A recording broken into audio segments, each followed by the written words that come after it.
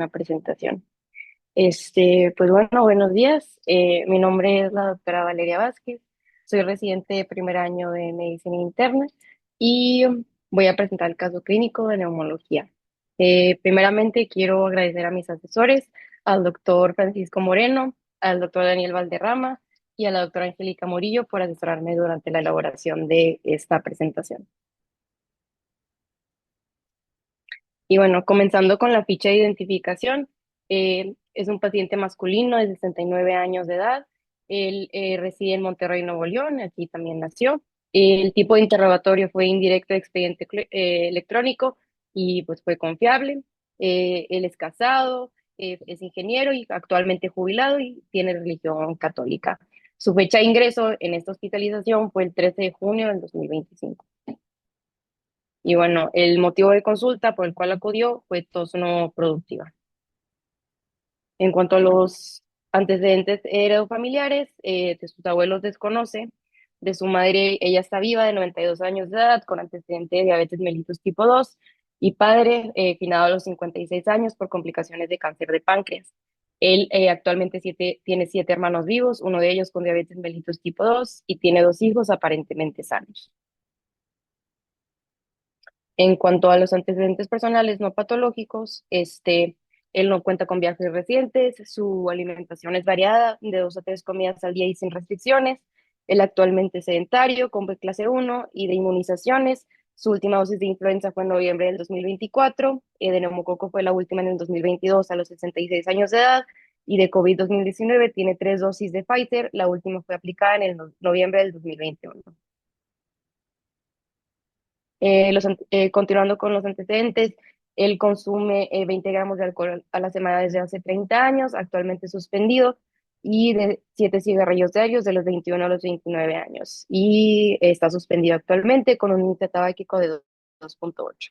Él es alérgico al naproxeno y la alergia que presenta es presencia de prurito y urticaria generalizada.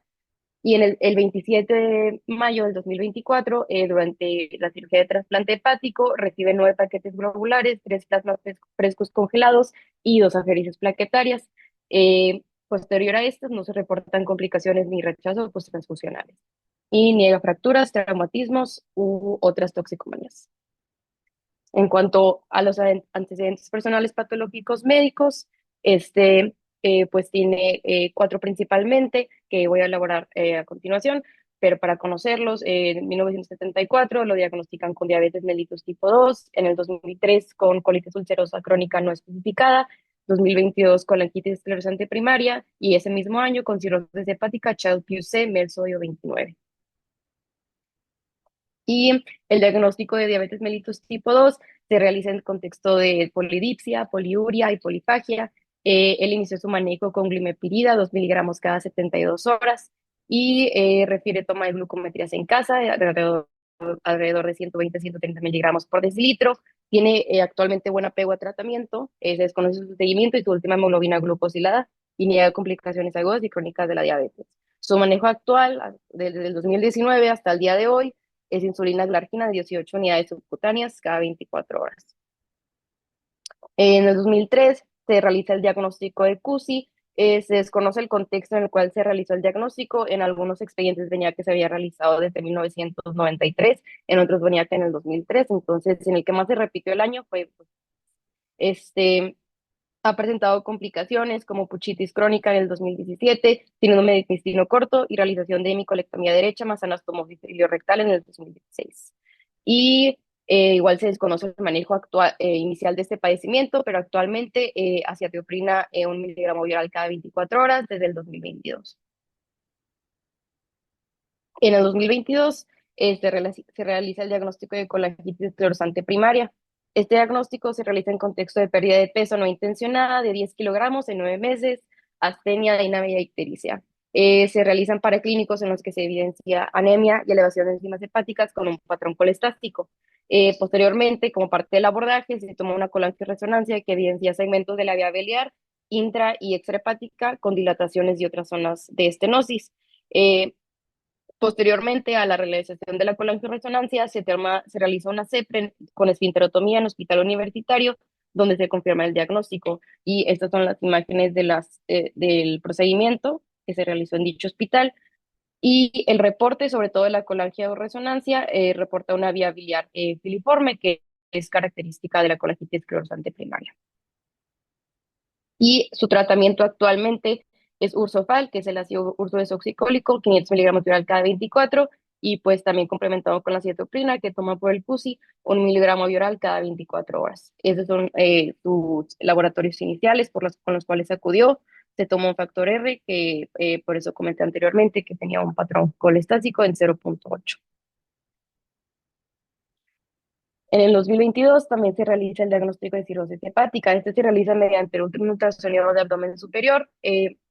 En contexto del diagnóstico de colangitis biliar primaria. Este se reporta con una hepatopatía crónica y el 13 de marzo del 2024 presentó un episodio de agudización con ascitis grado 2 y derrame pleural bilateral manejado con diuréticos no especificados. De otras complicaciones relacionadas a la cirrosis, pues niegan encefalopatía, sangrado de tubo digestivo y PV. Se desconoce el manejo farmacológico inicial y en mayo del 2024, de ese mismo año cuando se realiza el diagnóstico, se pone el paciente en la lista para trasplante y se logra realizar el trasplante hepático de donador cadavérico no familiar. Y bueno, le cuento los antecedentes personales quirúrgicos.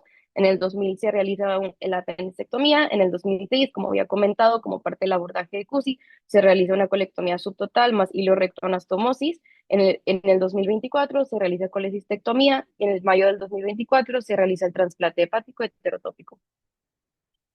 En cuanto a sus antecedentes de hospitalizaciones, yo sé que son un montón, pero voy a enfocarme principalmente en las últimas dos. Pues tuvo en el 2003 la colectomía total, en el 2006 se hace la anastomosis, en el 2012, perdón, fue la apendicectomía, en 2022 fue la pre que comenté anteriormente, en 2024 tuvo un episodio de colecistitis aguda, por lo cual se le realizó una colecistectomía. En marzo del 2024 tuvo la descompensación de cirrosis hepática y ascitis grado 2. Y el 27 de mayo de este mismo año, 2024, se realiza el trasplante hepático y en un episodio de gastroenteritis bacteriana en enero del 2025. Y un mes antes de la hospitalización actual que voy a comentar, tiene un episodio de neumonía típica y de sepsis. Y bueno, comentando un poco sobre especificaciones del trasplante hepático, este, la indicación para el trasplante hepático pues fue que tenía un sodio en 29. Actualmente pues fue un trasplante hepático programado. Durante la cirugía pues de eventualidades tuvo un sangrado de 3000 cc, se transfundieron los paquetes que ya había comentado y creo que aquí es importante recalcar cuál fue el tratamiento post-trasplante que nos va a dar contexto sobre este episodio que voy a comentar posteriormente. Él se egresó con tratamiento de profilaxis infecciosa, se egresó con trimmetoprim sulfamethoxazol de 160 sobre 800 bioral, el cual los consume lunes, miércoles y viernes por un mínimo de 6 a 12 meses. Valganciclovir de 900 miligramos cada 24 horas, bioral por 6 meses mínimo. Capsufungina, 50 miligramos IV por 2 semanas. Aspirina, tacrolimus de 3 miligramos cada 12 horas por 3 meses de oral, actualmente está con 2 miligramos. Micofenolato de mofetilo, 1 gramo cada 12 horas de oral, y prednisona de 10 miligramos cada 24 horas por 3 meses de oral. Él se egresó de su trasplante hepático el 17 de junio del 2024. Y bueno, aquí recordando las hospitalizaciones, voy a comentar la última, que fue por una neumonía. En este episodio tuvo una neumonía típica, como aquí se puede ver un infiltrado en el lóbulo superior derecho. Se tomó una radiografía de tórax portátil el 23 de mayo del 2020, sí, de Perdona, mayo. Sí, perdón, en los antecedentes es muy importante dos sí, cosas que le pasaron al paciente. Uno, la infección que tuvo por citomegalovirus y que previo a este episodio de neumonía tuvo un episodio de rechazo y fue tratado con bolos de solumedrol, lo cual es sumamente importante para lo que sigue, que vas a empezar a comentar. sí. Muchas gracias, doctor. Y bueno, aunando a lo que comentaba el doctor, posteriormente a ese episodio de rechazo hepático, tuvo una neumonía atípica, como había mencionado, tiene un infiltrado en el lóbulo superior derecho, para el cual se realizó como abordaje broncoscopía más toma de biopsia. La biopsia, el resultado pues tuvo una inflamación granulomatosa y en los cultivos estos se reportaron sin crecimiento, o al menos los que veían en el expediente clínico fueron sin crecimiento. Y el manejo que se dio durante esa hospitalización fue meropenem 1 gramo cada 8 horas y acitromicina 500 miligramos de oral cada 24 horas por 7 días con posterior mejoría clínica. Durante este episodio el paciente estuvo en cuidados intensivos, tuvo con manejo de aminas, o sea, estuvo complicado, pero posteriormente pues se pudo egresar sin mayores complicaciones. Doctor, antes de que sigas con eso, ¿te llamó la atención algo de ese manejo o de todo lo que se hizo o de lo que comentaste, ¿va? Porque sí, Sí. digo, si alguien te dice inflamación granulomatosa, infiltrados, presores, etcétera, que no recuerdo bien, pero creo que en ese internamiento no hubo necesidad de, estuvo un breve tiempo en intermedios y luego ya terminó su tratamiento en piso. Pero, alguna comentario que tengas que hacer al respecto de por qué fue así el manejo. Sí, pues en esa ocasión se dio meropenem y es un antibiótico pues que se usa principalmente en infecciones en pacientes complicados o en pacientes con sospecha de una infección complicada y sobre todo me llamó la atención que tuviera un reporte de biopsia con inflamación granulomatosa, pensando no solamente pues una etiología infecciosa, también se podría considerar otras etiologías como sarcoidosis o demás, pero en este caso, tomando el contexto del paciente que acaba de ser, bueno, hace un año más o menos, post-trasplantado hepático, pues podría ser reactivación de alguna enfermedad granulomatosa, como lo es la tuberculosis. Entonces, pues también eso me llamaba la atención y pues yo supuse que se dio manejo con meropenem, pues para, no sé, siendo un paciente que tuviera factores de riesgo para complicarse, como lo es en un post-trasplantado hepático. Sí, bueno, digo, ahí sí faltó mucho, algo de contexto ahí en la preparación del caso para lo que se toma, las decisiones que se tomaron. Obviamente en un paciente inmunosuprimido, pues está en riesgo de tener cualquier cosa, ¿no? No necesariamente todo lo granulomatoso es tuberculosis. Y aquí lo que llamó la atención es que primero no se aisló nada, aparte de que en las biopsias reportaron granulomas no caseificantes, que eso es importante también. Y, y además que el patrón que vimos en la tomografía mostraba una zona de consolidación, lo cual sugería un cuadro que podría ser algo bacteriano, sobre todo por cómo se presentó, pero nos llamaba mucho la atención los infiltrados micronodulares, este, de predominio basal, que no se veían en la radiografía, sí se ven en la tomografía, y la presencia de adenopatías, ¿no? Entonces, ante la ausencia de que se demostrara tuberculosis y que había algo de adenopatías y un infiltrado micronodular, que no sé si lo traigas ahí, pero la Sí, presentación de ese infiltrado micronodular es de un patrón que se llama perilinfático, más que de diseminación hematógena. Entonces pensamos en una posibilidad que era sarcoidosis, porque incluso ya había tenido otras manifestaciones, en algún momento tuvo eritema nodoso, tuvo algunas cosas que sugerían que podría ir por ahí. Sin embargo, aunque cuando uno busca en las listas de infiltrados perilinfáticos, nódulos perilinfáticos, pues casi siempre te dicen enfermedades linfoproliferativas, cáncer, sarcoidosis. En el paciente inmunosuprimido no es infrecuente ver hongos asociados a ese infiltrado. Entonces, ahí finalmente la decisión que se tomó fue que el paciente mejoró clínicamente, sí se vieron granulomas, pero no se vio tuberculosis, y el paciente tuvo una resolución completa de los síntomas y decidimos darlo de alta con vigilancia, ¿verdad? Porque pues ahorita todo el mundo dice granulomas y pues vas a decir ATV, ¿verdad? Y a lo mejor en sí, el pasado era una respuesta automática de dar antifímicos en un escenario así. Sin embargo, hay que poner todo el contexto completo del caso, ¿no? Porque pues si nomás lo platicamos así, pues, está complicado, ¿verdad? Pero bueno, ese fue el razonamiento en ese momento. Ok, muchísimas gracias, doctor. Aquí incluí el tag de tórax, que aquí se pueden ver los infiltrados, pero un poco rápido, pero aquí está el infiltrado que se puede alcanzar a ver en la radiografía, en el lóbulo superior derecho, y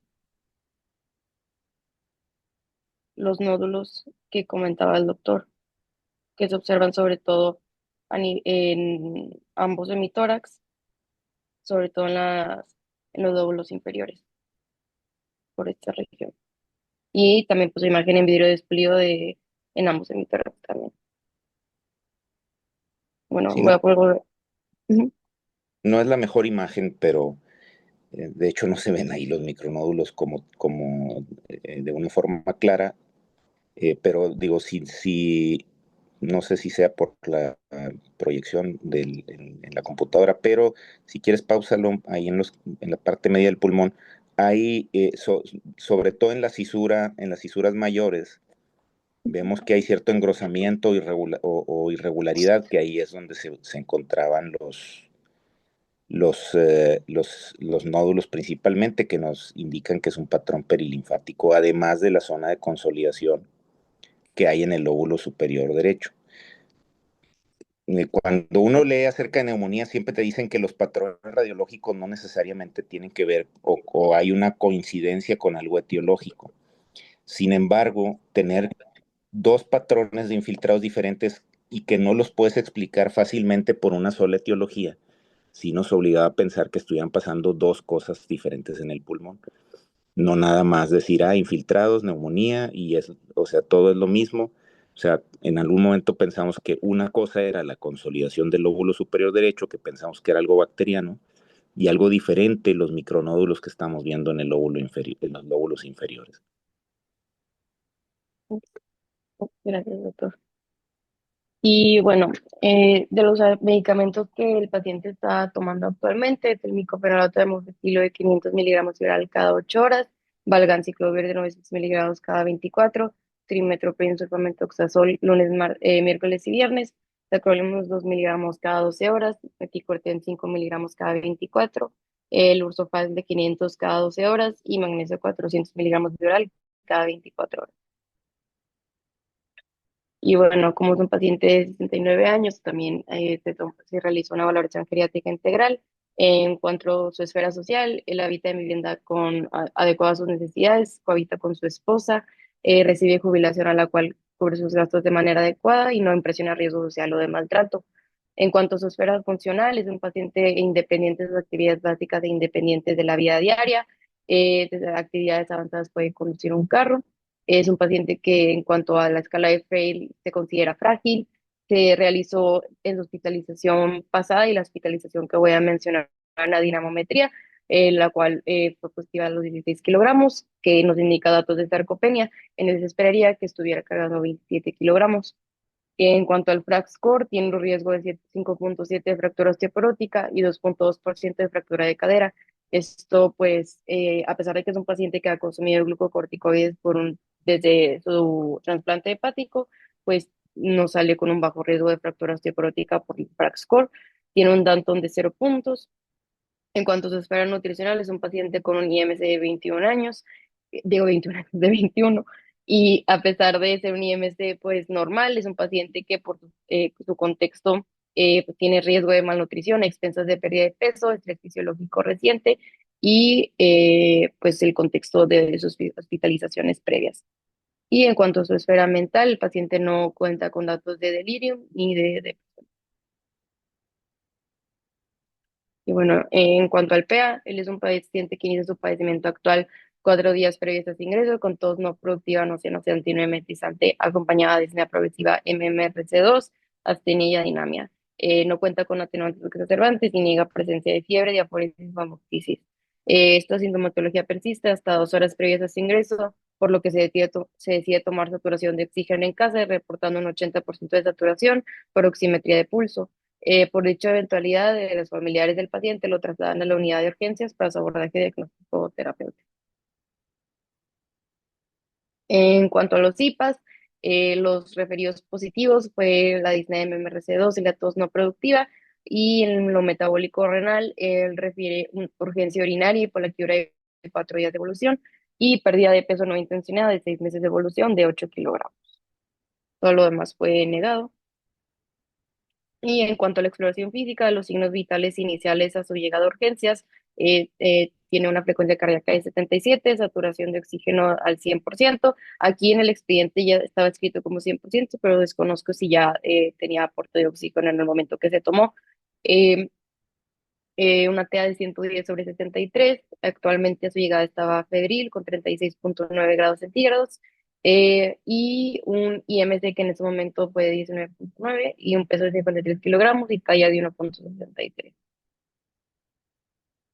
Y en cuanto a la exploración física, relevante en pulmonar, se escuchan ruidos cardíacos rítmicos y soplos agregados, tórax simétrico con movimientos de ampliación y ampliación normales. Los campos pulmonares se escuchaban hipoventilados, lóbulo basal derecho con presencia de crepitantes finos, con aumento de frémito vocal y mate a la percusión. Se puede integrar un síndrome de pleuropulmonar de condensación.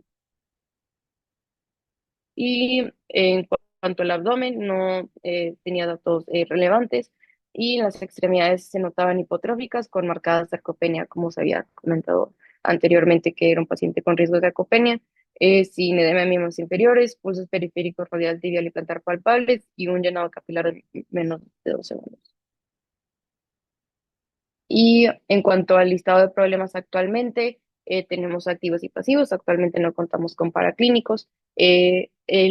Cuanto a los activos, pues hasta ahorita sabemos que es un síndrome pleuropulmonar de condensación pulmonar, que como parte de este síndrome se puede asociar la disnea, la tos nauseonosante y no emetizante, la astenia de diname y la saturación de oxígeno en 80% que fue tomada en casa. Es un paciente post-trasplantado hepático, y actualmente, pues, posterior al trasplante, se encuentra en un estado de inmunosupresión. Este, Él tiene una pérdida de peso de 8 kilogramos, sarcopenia, síntomas urinarios irritativos y los antecedentes médicos ya mencionados, y riesgo de desnutrición.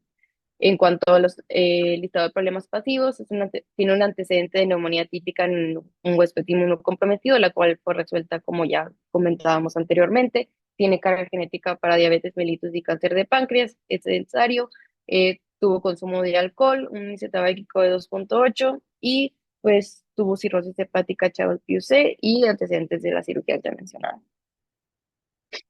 Y pues bueno, comenzando con el abordaje de la disnea, para irnos de lo más general a lo más específico. La disnea se define de acuerdo a la sociedad americana, la American Thoracic Society, la define como un término utilizado para caracterizar una experiencia la cual es subjetiva de dificultad respiratoria. Esta comprende sensaciones cualitativamente distintas que varían en intensidad, y esta experiencia se origina a partir de múltiples interacciones entre factores fisiológicos, psicológicos, sociales, ambientales, que pueden inducir respuestas fisiológicas y conductuales secundarias. A veces yo creo que puede ser difícil saber qué tanta disnea está teniendo el paciente, porque pues como comenta esta definición es una sensación subjetiva, pero para eso pues contamos con algunas escasas que a nosotros nos ayudan para darnos una idea de qué tan grave el paciente está sintiendo este síntoma. Esta se puede dividir en aguda y crónica. Usualmente una disnea aguda es de horas a días y una disnea crónica dura más de 4 a 8 semanas. Y bueno, esta es una tablita, un diagrama. Ahorita lo voy a hacer un poquito, le voy a hacer un poquito de más zoom porque sé que es difícil de ver, pero nada más para comentar que la disnea se puede dividir en 3 causas. Se puede dividir entre causas cardíacas, respiratorias y no cardiorrespiratorias. En este caso es un paciente que tiene una disnea de índole respiratorio, esto tomando en cuenta el caso clínico completo de que el paciente está saturando en 80, tiene astenia y adinamia y aparte se acompaña de tos no productiva. Entonces, para continuar con el diagrama y con un poquito de más zoom, para delimitar o para como que empezar a tomar en cuenta los diagnósticos diferenciales, en un paciente con disnea respiratoria se decide tomar un estudio de imagen, el cual puede ser una radiografía de tórax o para complementar un TAC de tórax.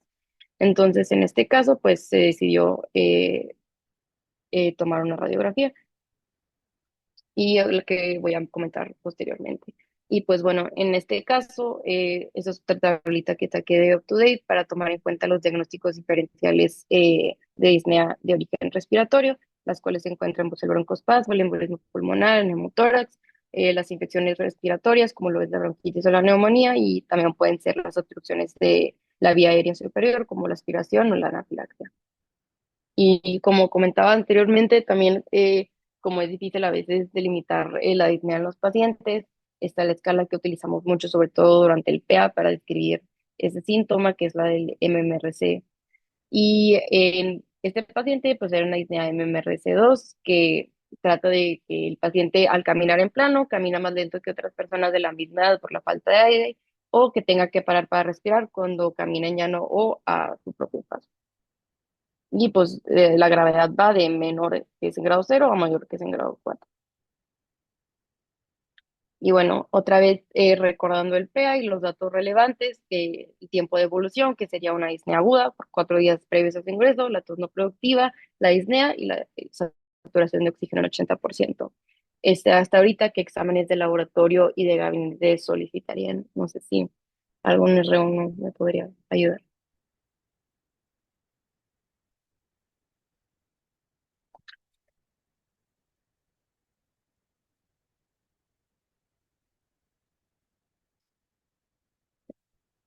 No sé si en el metro alguien está disponible para contestar.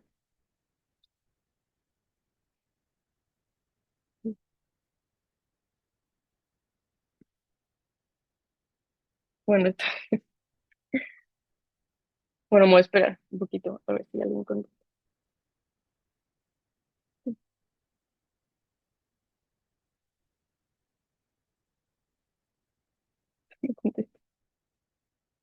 Ah, están contestando aquí en el chat. Eh, que no sirve el micrófono. Sí, dicen, comentan VH, química sanguínea, PCR y cultivo de lavado broncal de la. Sí, muy bien. Este, y pues bueno, los exámenes de laboratorio iniciales que se realizaron, aquí puse diferentes colores para observar cuáles están altos y cuáles están bajos.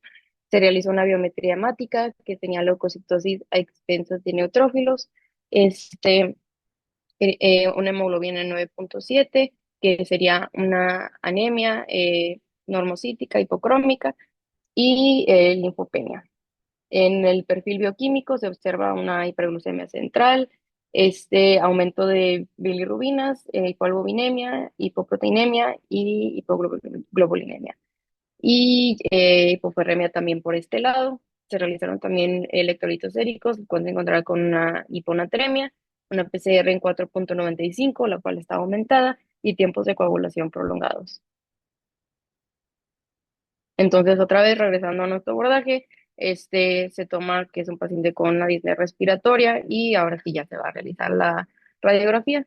Esta fue la radiografía de su ingreso el 13 de junio, perdón, del 2025, en el que se puede observar que hace un mes había tenido ya una neumonía con infiltrado en el lóbulo superior derecho, pero esto se puede ver que ya ha tenido mejoría, que ya no se observa con la misma condensación, pero se pueden observar infiltrados pues algodonosos en ambos hemitórax, sobre todo en los lóbulos inferiores. Y pues como complemento de esta radiografía se toma un TAC de tórax. Esto se realiza el 13 de junio de 2025.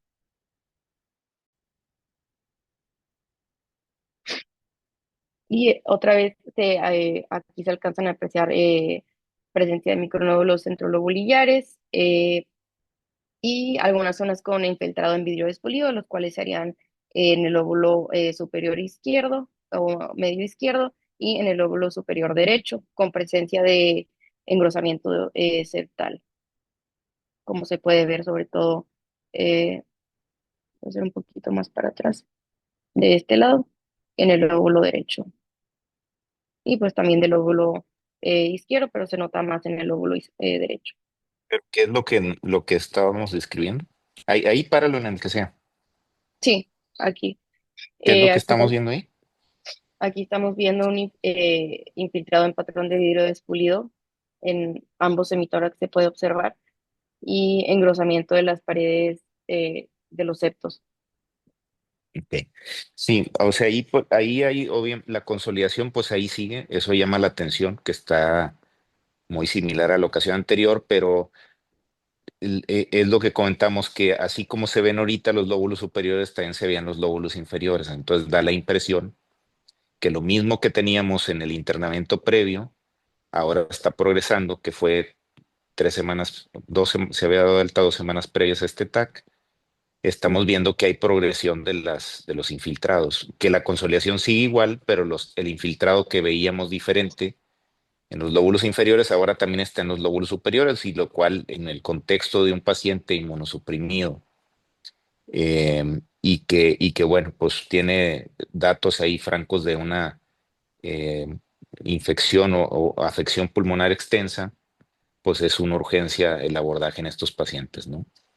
Y una recomendación en la estructuración de los casos, casi siempre el listado de problemas lo hacemos cuando ya tenemos todo completo. Es decir, ingresas al paciente, y cuando ingresas al paciente y hacemos la historia clínica, pues ya tenemos todo completo. Entonces, en la historia clínica integras lo clínico con los estudios de gabinete, integras síndromes, etcétera, etcétera. Entonces, no es lo mismo trabajar con un síndrome de consolidación y disnea allá un cuadro ya integrado en base a todos los estudios que hiciste al ingreso. De acuerdo, Sí, cuando no tienes nada, pero el paciente ingresó con una radiografía previa al hospital, y ya tenemos información de qué era lo que estaba pasando, que había más infiltrados en la radiografía de tórax, ¿no? sí, Este, sí. ujú. Sí, de hecho, o sea, fui actualizando el listado de problemas, pero igual lo debía haber puesto hasta el final, como que conforme salían los laboratorios y estudios de imagen, los fui incluyendo, pero muchas gracias. Y bueno, aquí está la actualización del listado de problemas, que en cuanto a los problemas activos, tiene una neumonía en un paciente inmunocomprometido, y ahora se agrega la presencia por los estudios de imagen que observamos anteriormente, la presencia de opacidades micronodulares difusas bilaterales de predominio pariliar, con tendencia a la consolidación en el lóbulo superior derecho, como lo fue en la hospitalización previa, y todo lo ya mencionado, sobre todo se le agregó al primer problema, que solo tenemos el síndrome pleuropulmonar de condensación. Y ahora ya se agregan paraclínicos, en el que hay una leucocitosis extensa de neutrofilia, linfopenia, anemia, hiperglucemia, hipoalbuminemia, hipoproteinemia, hiperbilirubinemia, y la hiponatremia hipotónica hipovolémica leve crónica asintomática, PCR elevados, los tiempos de coagulación prolongados y pues la presencia de las opacidades micronodulares ya comentadas en los estudios de imagen. Y pasivos, pues los ya comentados. Y bueno, en cuanto a los diagnósticos diferenciales, sobre todo utilizando el diagrama que se comentó al principio del abordaje de la disnea, cuando tenemos una radiografía, un estudio de imagen que está normal, se pueden tener, digo, yo sé que son pocos los diagnósticos diferenciales que se encuentran aquí, pero es como en general los que podríamos pensar. Sobre todo sería una neumonía, un medio tórax agudo, contusión pulmonar, edema pulmonar no cardiogénico y una hemorragia pulmonar. Pero en este caso, tomando en cuenta los síntomas del paciente, pues él cuenta con tos, disnea, hipoxemia, crepitantes y hipofonía, y lo apoyan los estudios de imagen y los estudios de laboratorio que tenemos actualmente, y pues se ven aquí delimitados en amarillo. Y pues para los demás, solo tiene tos para síndrome de tórax agudo y hipoxemia para contusión pulmonar. Y pues bueno, la impresión diagnóstica hasta el momento es una neumonía en un paciente post-trasplantado hepático con una cirrosis hepática Child-Pugh ya aparentemente resuelta, con la filiar primaria, CUSI y diabetes mellitus tipo 2. Y bueno, ahora para comentar el abordaje de neumonía. La neumonía se puede dividir a grandes rasgos en tres partes. Está la adquirida en la comunidad, que se puede dividir posteriormente en típica y atípica. La neumonía por aspiración, que puede ser tanto adquirida en la comunidad o durante una hospitalización.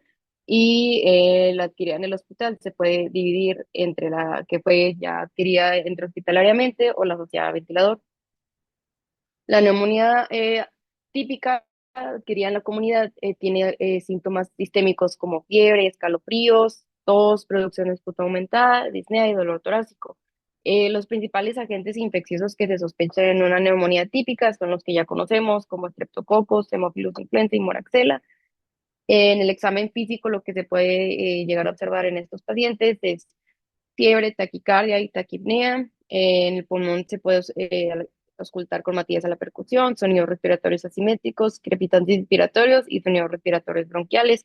En los laboratorios usualmente hay leucocitosis y en los estudios de imagen, por ejemplo, en esta radiografía se puede observar una consolidación lobar, se pueden encontrar también lesiones cavitadas o un derrame pleural asociado. A diferencia de una neumonía atípica, que igual entra del mismo rubro de adquirida en la comunidad, las principales etiologías, pues es la viral, micoplasma, legionela, clamidia, coxella burnetii o Francisella tularensis. En cuanto a la clínica, esta llega a tener un inicio más insidioso, perdón, o progresivo, y muchas veces los síntomas no son tan expresivos como la neumonía típica, perdón. Aquí puede no haber fiebre, puede no haber tos o esputo purulento y usualmente se acompañan de disnea leve. Y en las neumonías atípicas, usualmente hay síntomas extrapulmonares, como por ejemplo mialgia, cefalea, fatiga y diarrea. En el examen físico se pueden auscultar crepitantes mínimos y hay hallazgos más, pues menos llamativos en comparación con la radiografía. Y en los laboratorios puede o no puede haber leucocitosis. Y en los estudios de imagen, la radiografía de tórax, como se observa en la que tengo en la diapositiva, se pueden observar infiltrados difusos o en parche periliar o infiltrados en lóbulos inferiores. Estos infiltrados, pues a veces pueden ser en un patrón algodonoso y no necesariamente en un infiltrado tal cual de consolidación, como se observa en las neumonías típicas. Y es raro que en estos pacientes con neumonías atípicas se observe un derrame pleural. Y bueno, para realizar el diagnóstico de una neumonía en pacientes que no tienen condiciones de inmunocompromiso, se toman en cuenta varios criterios diagnósticos. Entre ellos se puede observar un infiltrado pulmonar en imagen que sea nuevo y que tenga al menos un síntoma respiratorio y un síntoma o signo, por ejemplo, la exploración física. Y de los síntomas respiratorios puede ser aumento en la producción de esputo, disnea, dolor pleurítico. Y pues en este paciente lo que teníamos era un infiltrado pulmonar nuevo. De los síntomas respiratorios teníamos disnea. En este paciente particularmente no tenía aumento en la producción de esputo. Y otros hallazgos que se pueden incluir este, es la presencia de sonidos pulmonares anormales, leucocitosis y hipoxemia. Pero bueno, tomando en cuenta que este es un paciente que tiene inmunocompromiso, pues los diagnósticos o los criterios diagnósticos cambian un poco. Los pacientes con inmunocompromiso pues pueden ser por muchísimas causas, puede ser un paciente con VIH, un paciente post-trasplantado, un paciente que tenga, que tome consumo crónico con inmunosupresores y demás.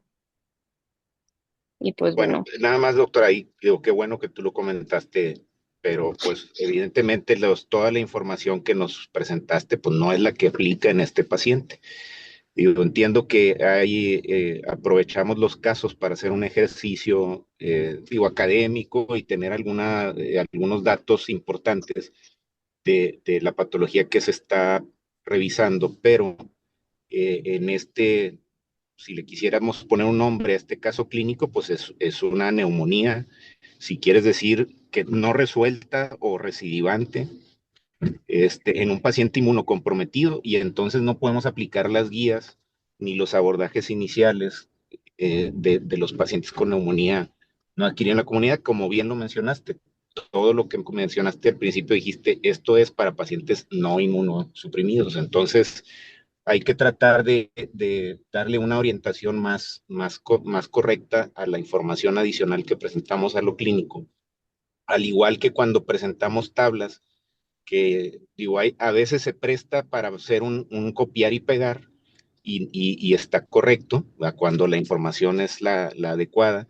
Pero, por ejemplo, ahorita no tiene caso que hablemos de diagnósticos diferenciales de contusión pulmonar con una presentación clínica que estamos viendo y como que pues no va dentro de lo que estamos discutiendo, ¿no? Entonces, para tratar de que sean más provechosas estas discusiones, siempre es importante que si queremos sacarle provecho a un caso clínico muy complejo como que no es una neumonía adquirida en la comunidad, que también conviene que revisemos esos casos comunes para tener los conceptos de esas enfermedades frecuentes más claros, pero en el caso de algo complejo como esto, sí es importante que, sobre todo por cómo ha evolucionado este paciente, pues tener una enseñanza que no nada más es para ustedes como residentes, también nosotros que estamos viendo estos pacientes complejos todos los días y que se tienen que ampliar las posibilidades diagnósticas por la situación clínica de este paciente, ¿no? Sí, Bien, adelante. claro que sí, gracias, doctor. Y pues bueno, ahora empezando con el abordaje, y bueno, quise dar una introducción, pero igual me lo hubiera saltado de en las neumonías que quería hacer en la comunidad. Ahora sí, pues este caso es con un paciente inmunocomprometido, y en este caso el paciente en cuestión es un paciente inmunocomprometido que tuvo un trasplante hepático y pues posterior a ese trasplante lleva tratamiento inmunosupresor.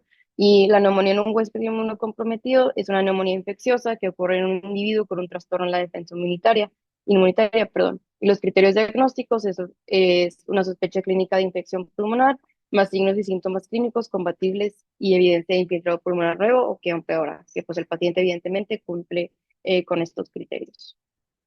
Y en cuanto al diagnóstico, en un paciente que tenga ya conocido una inmunosupresión, se toma una radiografía de tórax y usualmente en las guías se recomienda que se complemente con una tomografía de tórax. Y pues aquí, siguiendo este diagrama de flujo, se toma en cuenta si tiene un infiltrado nuevo, un infiltrado que está empeorando, y en este caso, pues el paciente tiene ambas. Bueno, voy a ver Eh, la doctora Valeria Riojas preguntó cuál fue el P-score a este paciente. La verdad no se calculó a su ingreso, ¿vale? Bueno, al menos yo no lo calculé. Este, y bueno, el paciente sí tiene un infiltrado nuevo y pues pasando a esta parte, si se sospecha que hay la detección de un patógeno, pues se puede ya se considera que tiene una neumonía en un paciente inmunocomprometido. Y pues empieza a realizar un abordaje para esto. Esta imagen se me hace que está muy padre porque demuestra que como una tomografía de tórax se pueden observar las diferentes pues expresiones, ya sea en una clasificación bioespolido, derrame pleural, y aparte de que muestra cómo se observa en el TAC, pues muestra cuáles son las principales etiologías que se pudiera sospechar. Y pues bueno, en nuestro paciente lo que se observa principalmente es engrosamiento septal y un patrón en vidrio despolido. Y pues principalmente con estos dos hallazgos en la tomografía, pues condiciona que se haga una toma de lavado broncoalveolar, se sospechen patología por hongos, como habíamos mencionado, y patologías etiología con un patógeno pues atípico. Y en este caso que le hicimos una broncoscopía hace menos de un mes, Pues sería bueno volver a tomar una biopsia, porque si, o sea, como habíamos visto que no solamente tiene presencia del infiltrado que ya había tenido en un principio, tiene aparte otras hallazgos en la tomografía, hallazgos nuevos. Entonces podría ser por una etiología diferente a la que se pensó inicialmente. Entonces yo creo que sí sería bueno realizar una broncoscopia e incluso un lavado broncoalveolar. o sea, pues que el lavado broncalveolar nos quedaríamos cortos, o sea, de acuerdo que hay que tomar una nueva biopsia, Ah, pero sí, si sí, te claro. fijas, el paciente no nomás recayó, simplemente está peor, ¿verdad? Entonces, está peor y trae una afección difusa, y entonces en esos casos, pues tenemos que ser muy agresivos en el procedimiento diagnóstico, donde incluso hay que considerar biopsias quirúrgicas, que en este paciente inicialmente es lo que se había planteado. Ok, muchas gracias, doctor. Pues bueno, continuando con el abordaje, pues en este tipo de pacientes, esta es una tablita que saqué de UpToDate, en pacientes que han tenido un trasplante hepático, cuáles son las etiologías a sospechar este, posterior, pues en una etapa temprana al trasplante, se hizo un año después, a mayor de un año. Entonces, pues en un inicio se puede sospechar infección por MRSA, un heterococo resistente a vancomicina, cándida o infecciones que sean más asociadas al, ya sea al donador del trasplante o del injerto o de infecciones intrahospitalarias. Y posteriormente, como a los 6 meses o al año, se puede sospechar infecciones por hongos, por reactivación de la tuberculosis, y por otros virus, como son el herpes virus, hepatitis virus y otros virus. Y pues más allá de un año o 2 años, pues ya se puede sospechar también otras etiologías, como lo son el aspergillus, mucormicosis, nocardia, rhodoccus y demás. Pero esto es una tablita como para darnos una idea de cuáles son las infecciones que se pueden asociar dependiendo del tiempo de evolución posterior al trasplante. Y hay diferentes métodos de detección. Estos viene siendo el cultivo, el molecular y el no molecular.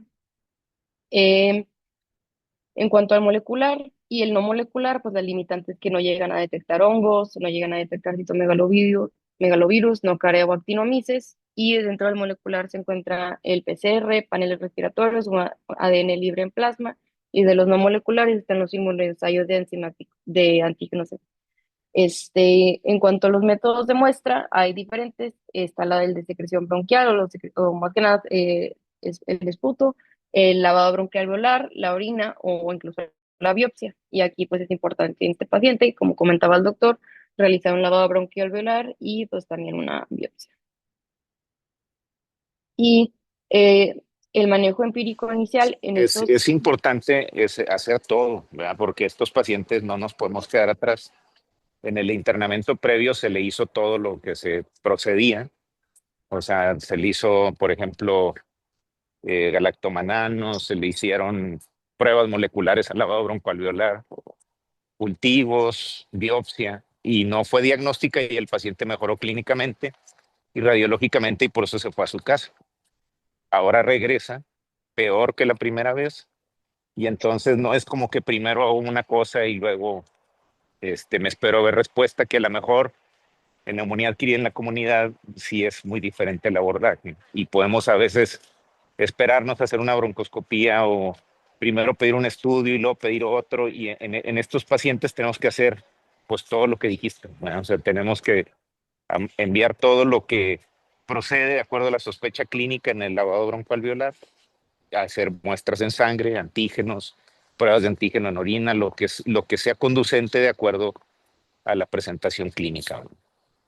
Pero sí, bueno, en este caso, nada más como comentario, sí se pensó incluso en biopsia quirúrgica, o sea, se pensó en toracoscopía, toma de tejido pulmonar para cultivos y análisis histopatológico y pruebas moleculares.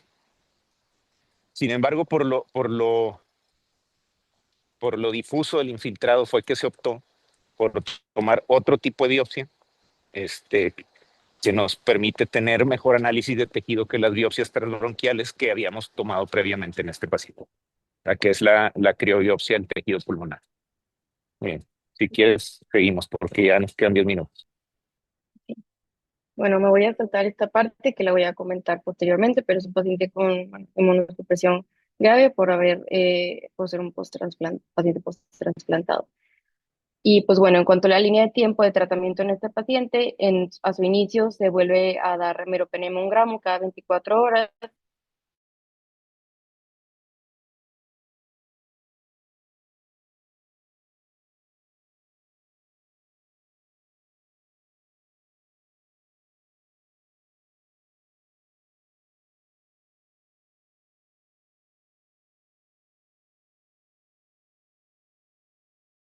Dosis y posteriormente cada 24 horas y moxifloxacino 400 miligramos IV cada 24 horas. Y bueno, ¿Hay posteriormente el 16. hay alguna razón para esa decisión, o sea, ese esquema de antibióticos y antifúngicos?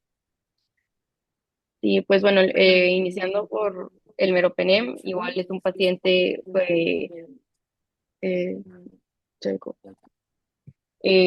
un paciente que debe de recibir un antiseudomónico y pues es un paciente complicado y pues en las guías viene como uno de los principales, uno de los manejos de primera línea. Y el fluconazol, bueno, primero el valganciclovir, podría ser también por sospecha de reactivación de citomegalovirus o Epstein-Barr o algún herpes virus. Y como este paciente, como ya comentamos, había tenido empeoramiento de su radiografía inicial y estudios de imágenes iniciales hasta ahorita, pues también se decide cubrir contra MRSA y cobertura contra hongos. Y bueno, no es lo habitual que demos terapia antifúngica así, empírica, eh, o sea, no es lo habitual, ¿no? Pero en este caso, todo lo que había pasado previamente y la evolución radiológica y la apariencia tomográfica, nos indicaban que muy probablemente no era tuberculosis, aunque se hubieran visto granulomas, no eran bacterias comunes, porque ya habíamos usado antibióticos y no es el comportamiento así de una infección bacteriana.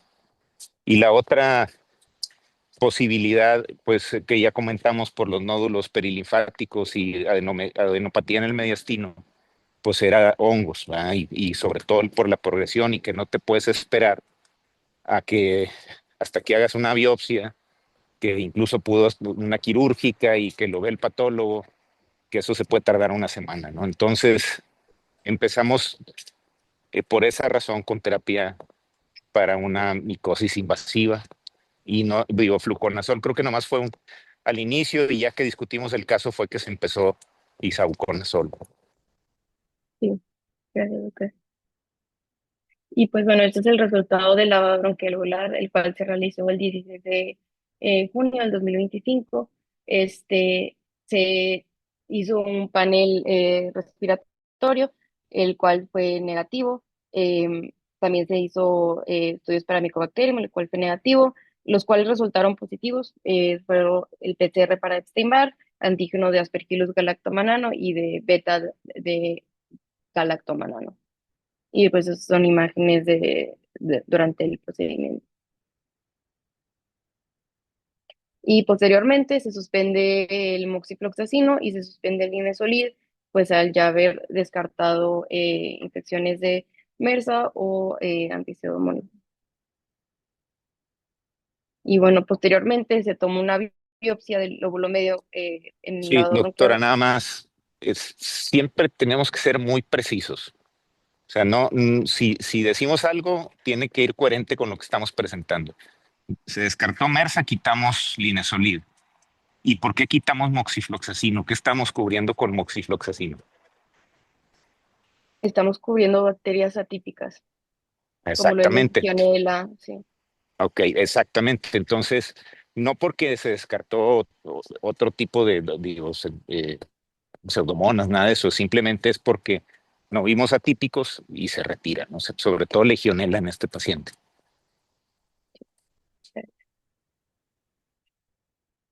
Y bueno, el reporte de las biopsias que se tomaron durante el lavado bronquialveolar fue el 19 de junio de 2025. El reporte fue una micosis granulomatosa y bueno, incluye esta foto. Esta foto no venía en el informe, pero en los comentarios viene que por el tamaño y por la forma, pues parecían de la familia de paracoccidioides. Y pues el paracoccidoides tiende a ser más grande que los eritrocitos y como se puede ver aquí al lado, los eritrocitos se ven un poco más chiquitos, miden de 7 a 8 micras y usualmente los paracocci miden de 10 a 20 micras, como lo mencionan aquí en los comentarios, y pues claramente se ve que son más grandes.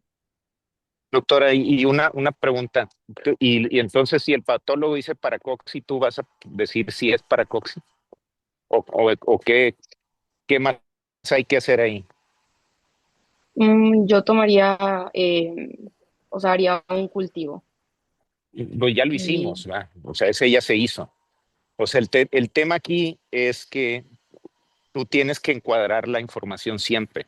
A veces el patólogo te da un diagnóstico histopatológico y tú vas a decir, ¿sabes qué?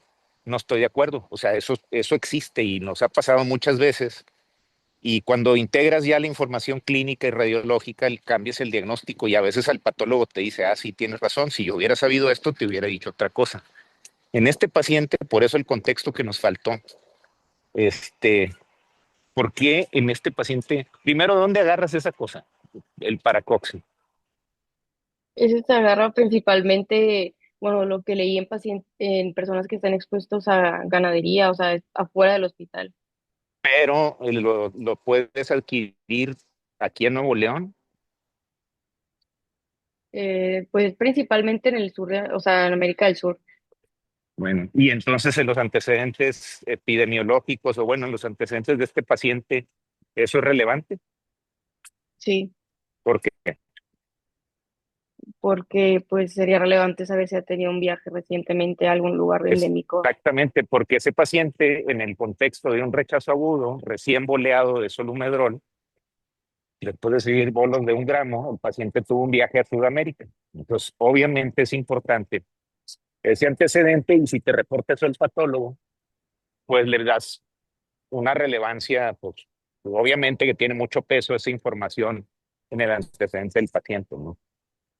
Sí, claro que Sobre sí. todo porque sí lo ubicas en el sitio donde puede adquirir eso el paciente. Ya, Entonces, ok. por eso es importante tener todo el contexto. Muchas gracias. Y bueno, eventualmente se realiza de la biopsia del lóbulo medio que se había tomado, se se detecta, o sea, se hace un aislamiento de Paracoccidoides brasilensis. Esta se reporta el 26 de junio del 2025, que como comenta el doctor, pues tomando en cuenta todo el contexto del paciente, pues ya se busca más intencionadamente el hongo o el agente infeccioso. Y el 20 ya se suspende meropenem y el 21 se inicia tratamiento con anfotericina B, 6 miligramos cada 24 horas y se continúa con el isobuconazol de 200 miligramos IB cada 24 horas. Y esto tomando en cuenta que es una infección pues complicada y severa y por eso se decidió iniciar con anfotericina B y dar este esquema de tratamiento. El 4 de julio del 2025 se suspende isobuconazol y se cambia a 100 miligramos oral cada 24 horas y se da la última dosis de anfotericina B y el 5 de julio pues ya es el alta médica del paciente. Y aquí pues se integra una neumonía por paracoccidosis brasilensis en estado de problemas. Y pues las generalidades por Ah, cuestiones de nada más un tiempo. comentario, doctora. Sí. ¿Cómo salió el cultivo de hongos de lavado broncoalveolar? El cultivo de hongos había salido positivo para beta de galactomanano positivo. Y justo eso, eh, pues había investigado que, pues, o sea, ese compuesto, el beta de galactomanano, es un compuesto que está en la pared celular en general de los hongos. Entonces, Bueno, pues, no. Ujú, bueno, el cultivo no se ve eso. En el cultivo, pues se ve crecimiento de algo. ujú. No recabó el cultivo de los hongos. Ese no lo encontré en el Bueno, expediente, doctor. el paciente tenía dos infecciones micóticas. En el cultivo se demostró eh, Cryptococcus neoformans y en las biopsias y en el análisis de molecular se demostró paracoxi. Entonces, tuvimos evidencia de dos infecciones fúngicas eh, que afectaron a un paciente inmunosuprimido. Entonces, eso es lo interesante de este caso y digo, al final nos acabó también haciendo sentido que el patrón de la tomografía mostraba como si hubiera enfermedades diferentes. Entonces, Ya, pues, eso es relevante y bueno, pues ahorita para el tratamiento del paciente, pues con más razón, ¿verdad? Porque pues sí se vuelve un poquito más complejo. sí, claro que sí, muchas gracias. Y pues bueno, esto ya es lo que habíamos comentado, que de acuerdo a la guía de Sanford cuáles son los principales medicamentos que se dan. Como el paciente tiene una enfermedad severa, pues se dio anfotericina B. Y el seguimiento de este paciente, a sus egresos se dio isavuconazol 100 miligramos de oral cada 24 horas y se dio cita de seguimiento en un mes. Y hay guías las guías de Brasil, el manejo de para coccidiomicosis, porque es un lugar endémico para este hongo. Y pues esto dice el seguimiento de estos pacientes y principalmente se da seguimiento los primeros 3 meses cada mes y a partir del sexto mes se da seguimiento cada 3 meses en estos pacientes. Y bueno, los puntos importantes para llevar a casa es reconocer que los factores de riesgo para neumonía por inmunosupresión, los principales patógenos a sospechar y pues también tomar en cuenta que se deben de realizar un abordaje diagnóstico extenso para poder aislar la etiología infecciosa y luego puedes realizar estudios diagnósticos dirigidos a este tipo de patógenos y realizar una cobertura inicial con base a riesgo de MRSA, hongos y resistencia a antibióticas locales. Y de acuerdo a los resultados que se tomen de los resultados moleculares de cultivo de la biopsia, modificar esos esquemas como se hizo en este paciente. Y algo importante a recordar es que el paracoccidioides usualmente no es un patógeno que se asocia a las infecciones post-trasplante. Sin embargo, pues este paciente tenía un contexto en la historia clínica importante de que había viajado a América del Sur, y pues era importante tomarlo en cuenta para pensar en esta etiología. Y bueno, muchas gracias. Y esta es la bibliografía que utilicé. No sé si hay alguna duda o comentario.